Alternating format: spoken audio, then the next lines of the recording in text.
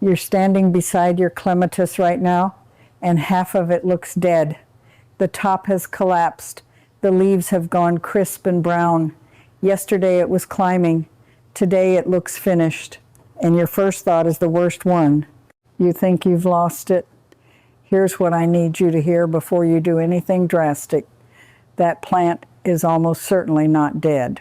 What you're looking at is one of the most misread warning signs in the whole gardening world. And the true cause is not what 9 out of 10 guides will tell you.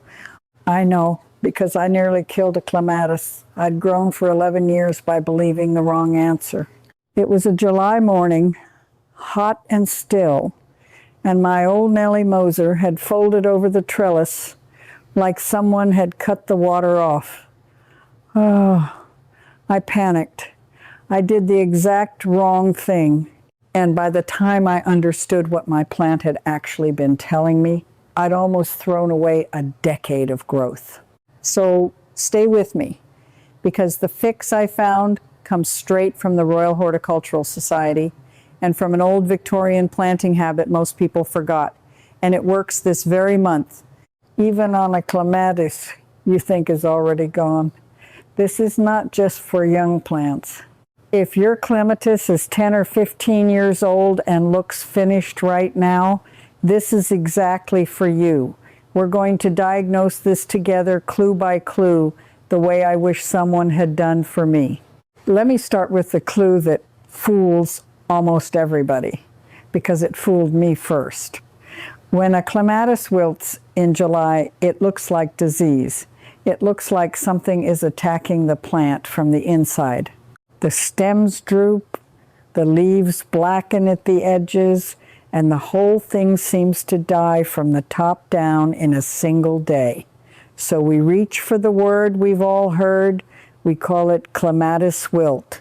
We assume a fungus has struck, and we assume there's nothing we can do. But here's the paradox I want you to sit with. Most of the sudden July collapses I've seen over the past 30 years were not fungal wilt at all. They were something far simpler, far more common, and far easier to fix. And calling it wilt is exactly what leads people to give up on a plant that wanted to live. The real fungal disease, the one properly named clematis wilt, is caused by an organism the horticultural scientists call California clematidina. It's real. It exists. But the Royal Horticultural Society is very clear about something most people never hear. True fungal wilt is far less common than gardeners believe, and the large-flowered hybrids are the ones most prone to it, while the small-flowered species types rarely get it at all. So if your collapsing clematis is a small-flowered type, a Montana, a Vitacella, an Alpina, the odds that it's genuine fungal will drop through the floor, which means the thing you're staring at has another explanation. And that other explanation is one you can actually reverse. I'll tell you exactly what it is. But first I need you to look at one detail on your own plant, because this is the detail that separates the two causes. Go and look at the base of your clematis, right where the stems meet the soil. I mean it. This one detail told me everything, and I ignored it for 2 whole summers. Here's what you're looking for. With true fungal wilt, the collapse usually starts with a dark sunken lesion on a stem, often a little way above the ground, and the tissue there goes soft and blackened while the leaves above it die. It's targeted, it has a wound, but with the far more common cause, there's no lesion at all. The stems are just limp. The whole plant sags together evenly, and if you scratch the base with your thumbnail, the wood underneath is still green and alive. That green is the most hopeful thing you will see all summer. Green under the bark means the roots are still working and the plant has not died. It has simply shut down its top growth to protect itself. And it shuts down its top growth for one overwhelming reason in July. Heat and thirst at the roots. I know that sounds too ordinary to be the answer. We want the villain to be dramatic. But let me tell you what I learned the hard way. A clematis is a woodland edge plant at heart. In the wild, its roots run back into cool shade under shrubs and rocks, while its flowers climb up into the sun. Cool feet, warm face. That is the whole secret of the plant, and July is the month we accidentally break it, because in July, the sun sits high, and the soil at the base of a south-facing trellis can climb well past 90 degrees Fahrenheit. The roots cook. The plant loses water from its leaves faster than the baked roots can pull it up. And to survive, it drops the whole top like a lizard drops its tail. It looks like death. It's actually self-defense. Here's my confession. That summer with Nellie Moser, I saw the collapse, decided it was fungal wilt, and cut the whole plant down in a fury, convinced it was contaminated. Then I left it because I thought it was doomed. What I should have done was feel the soil. If I had, I'd have found it bone dry, 6 inches down, and hot as a windowsill. I nearly lost her over a mistake a 5-minute soak could have prevented. So the first fix is the simplest, and you can do it in the next 10 minutes. Water deeply and slowly at the base, not a sprinkle over the leaves, but a long, heavy soak that reaches down at least 12 to 15 inches, because that is where a mature clematis keeps its working roots. One good drenching every few days in hot weather beats a light daily splash every single time. But watering alone is not enough. And this is where the next clue comes in, because if you only water and skip what I'm about to tell you, the collapse comes right back within a week. You have to deal with the heat, not just the thirst. And this is where an old practice comes back to save us. Think about the difference between wetting the soil and keeping it cool. You can soak the ground at 8 in the morning, and by 2 in the afternoon, a bare, sun-blasted root zone is hot and drying out all over again. The water buys you hours. It doesn't buy you the season. What the clematis actually needs is for the ground over its roots to stay cool and shaded through the worst of the day. The Victorians understood this better than we do. If you read the old gardening manuals from the 1880s and 1890s, back when clematis fever swept English gardens and every grand house had a curtain of them, you'll find a consistent instruction repeated again and again. Shade the roots. They laid flat stones, roof tiles, and slates over the base of each plant.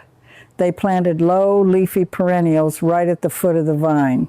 They knew that a clematis with cool feet bloomed, and a clematis with hot feet sulked or died. We turned that wisdom into a throwaway phrase, cool feet and a warm head, and then most of us stopped actually doing it. I certainly had. My Nellie Moser was growing out of bare, open soil that took the full afternoon sun straight onto the roots. No wonder she folded. So here is what I do now every July, and what I want you to do this week. Mulch the base of the plant with a thick layer, at least 2 to 3 inches deep, of well-rotted compost or bark. Spread out in a wide circle, but kept an inch or 2 clear of the stems themselves so the crown doesn't stay wet and rot. That mulch is a blanket against the heat. It holds moisture, it cools the soil by several degrees, and it feeds the roots as it breaks down. And then, right at the foot of the clematis, plant something low and leafy to cast living shade over the ground. Hardy geraniums, low catmint, heuchera, even a well-placed flat stone if you want the true Victorian method. Give those roots the shade they were born expecting. Do that, and the drooping you saw this morning starts to reverse in days. I have watched a clematis that looked finished at breakfast stand halfway back up within a week of a deep soak and a cool mulched root run. The relief of that is hard to describe. That relief of watching a plant stand back up is hard to describe. And if you want to go even deeper into reading your garden this way, I want to tell you about something I put together. I've written a series of guides, First Bloom, Deep Roots, and the Full Bloom System, that walk through exactly this kind of plant diagnosis, season by season, the way I wish I'd had it written down when I was standing over my collapsed Nellie Moser, not knowing what to do. They're built for gardeners who want to understand what their plants are actually saying, not just follow a checklist. If that sounds like you, you'll find the details in the description below. Now, back to the second symptom hiding underneath the first, because this is the one that quietly steals next year's flowers even when you save this year's plant. Let me ask you something. Even in a good year, has your clematis given you fewer flowers than it used to? Lots of leaf, long stems, and only a scatter of blooms up at the very top? Because that is a different message from the plant, and almost everyone reads it backwards. When we see weak flowering, our instinct is to feed the plant more. So we reach for a general garden feed, the kind that's high in nitrogen, and we pour it on with the best intentions. And the clematis responds exactly the way that feed tells it to. It grows leaves. Great sheets of green, hungry leaves, and hardly any flowers, because high nitrogen is a command to grow foliage, not to bloom. I did this for years. I fed my clematis a lush, leafy, nitrogen-heavy diet and then wondered why I was getting a green curtain with barely a dozen flowers on it. I was giving the plant the wrong instruction and blaming the plant for obeying. What a clematis actually wants for flowering is potassium, the same nutrient that makes tomatoes fruit. The old growers knew this too.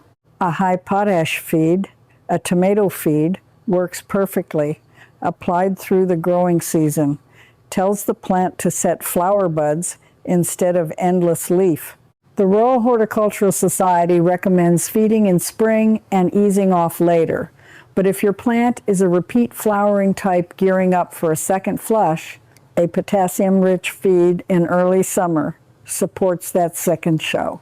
Here's the timing that matters for July. If your clematis has just finished its first flush and looks tired, a dose of tomato feed now, diluted as the bottle directs, roughly every 10 to 14 days, feeds the second wave of buds that many modern hybrids produce in late summer.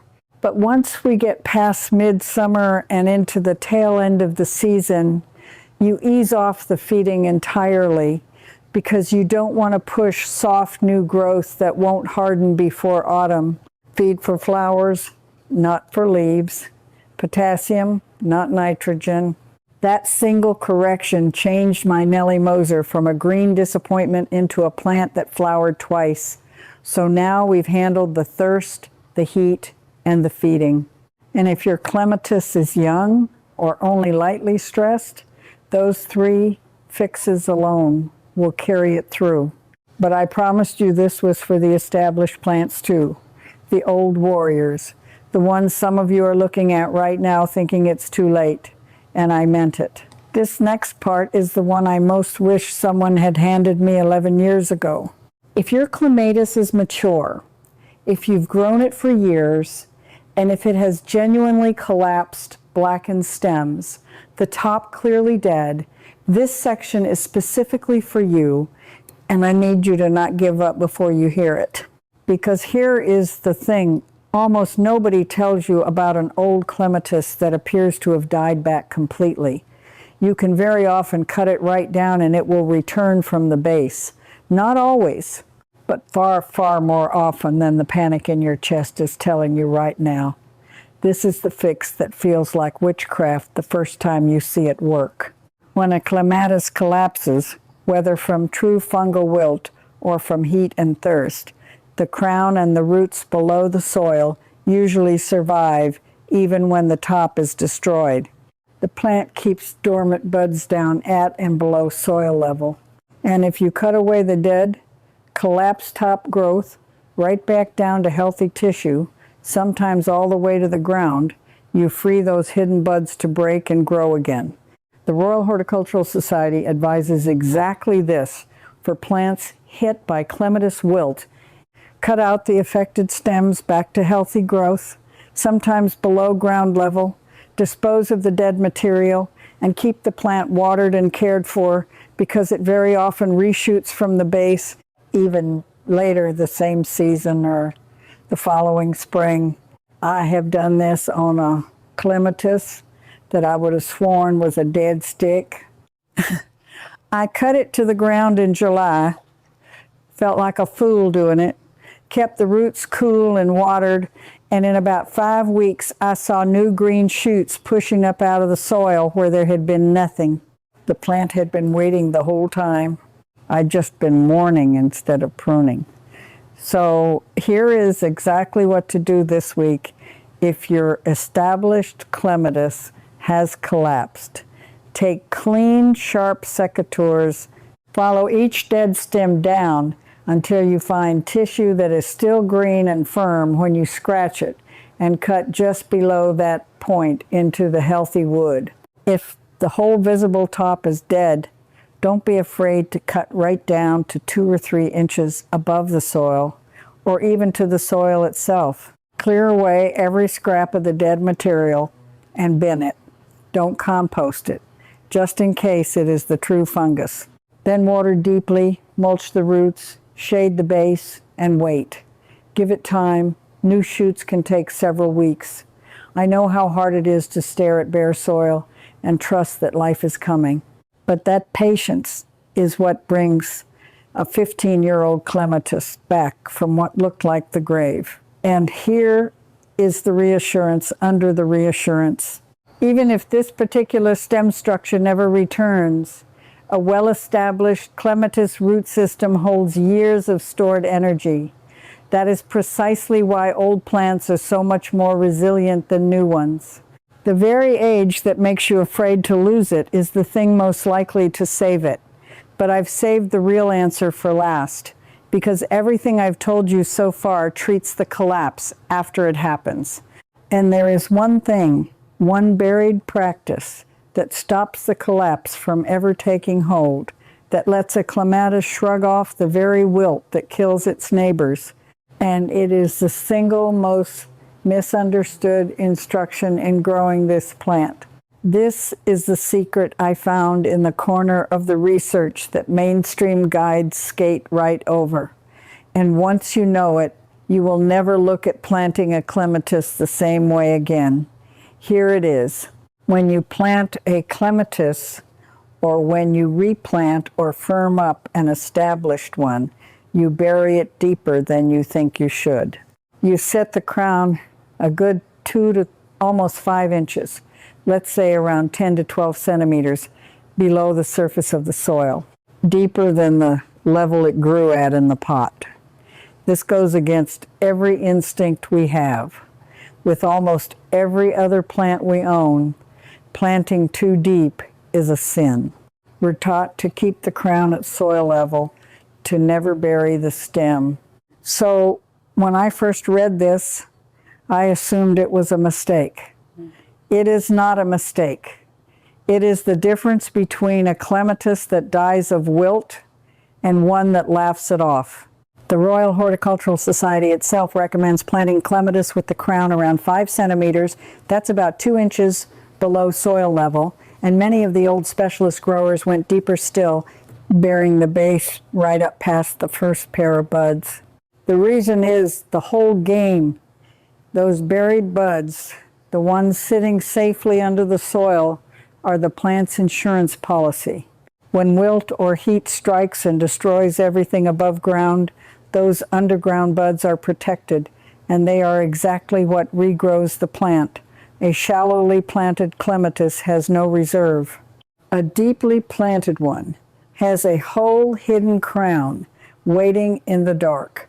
Think about what that means for the dead-looking plant in your garden. The clematis that comes back to life, the one in the very title that made you click, is almost always a clematis that had buds safe below the soil line. The ones that never return are usually the ones planted too shallow, with the entire growing crown sitting up in the open where a single hot, dry July could take all of it at once. This one practice ties everything together. It's why the Victorians, who planted deep and shaded the roots and fed for flower, grew clematis that lived for decades and survived collapses that would finish a modern shallow planted specimen in an afternoon. The knowledge was never lost. It just got buried under a pile of well-meaning modern advice that treated the clematis like every other plant, that told us to keep the crown high, and never guessed that this one vine wants to be planted deep as its own life insurance. So here is what I want you to do this season with the plant you have. If your clematis is established and healthy, you cannot easily replant it, and you shouldn't try in the heat of July, but you can mound. You can heap 2 to 3 inches of fresh soil and compost up over the base of the plant, right over the crown, to mimic that deep planting and bury a new set of buds for protection. Do it now, water it in, and you have given even an old plant the underground reserve it may have been missing for years. And if you are planting a new clematis or moving one in the cooler days of autumn, set it deep, dig the hole generously, enrich it, and lower the plant so that the first pair of buds sits below the surface. You will feel like you're burying it too far. You're not. You're building the very thing that lets a clematis come back from the dead. That is the answer. I nearly lost my Nellie Moser without ever knowing. Not a spray, not a miracle feed, a depth, a blanket of cool soil over the crown, a shaded root run, a deep drink, and the right food at the right time. Simple things the old growers knew and we forgot. Let me pull the whole diagnosis back together, because you came here with a plant that looked dead, and I want you to leave knowing exactly how to read it. When your clematis collapses in July, first you scratch the base and look for green. Green wood means the plant is alive, and this is almost certainly heat and thirst, not fatal disease. You look for a dark sunken lesion on the stem, and if there isn't one, you can rule out true fungal wilt with real confidence. Then you soak the roots deeply, you mulch and shade the base to keep the feet cool, and you feed for flowers with potassium rather than pushing leaves with nitrogen. If the top is truly gone, you cut it back hard, even to the ground, and you trust the crown to reshoot. And underneath all of it, you protect the buried buds by planting deep or by mounding soil over an established crown, so that no single brutal July can ever take the whole plant again. I want you to remember the morning I stood over my collapsed Nellie Moser and reached for the wrong answer. I want you to remember it, because it means you don't have to make the same mistake. You get to skip the 2 summers of grief I went through. You get to read your plant correctly the first time. That's the real gift here. Not just saving one clematis, but finally being able to look at your plant and understand what it's telling you, instead of guessing and hoping and fearing the worst. You are the kind of gardener who doesn't give up on something they've nurtured for years. That's why you're still here. That's why your clematis has a chance.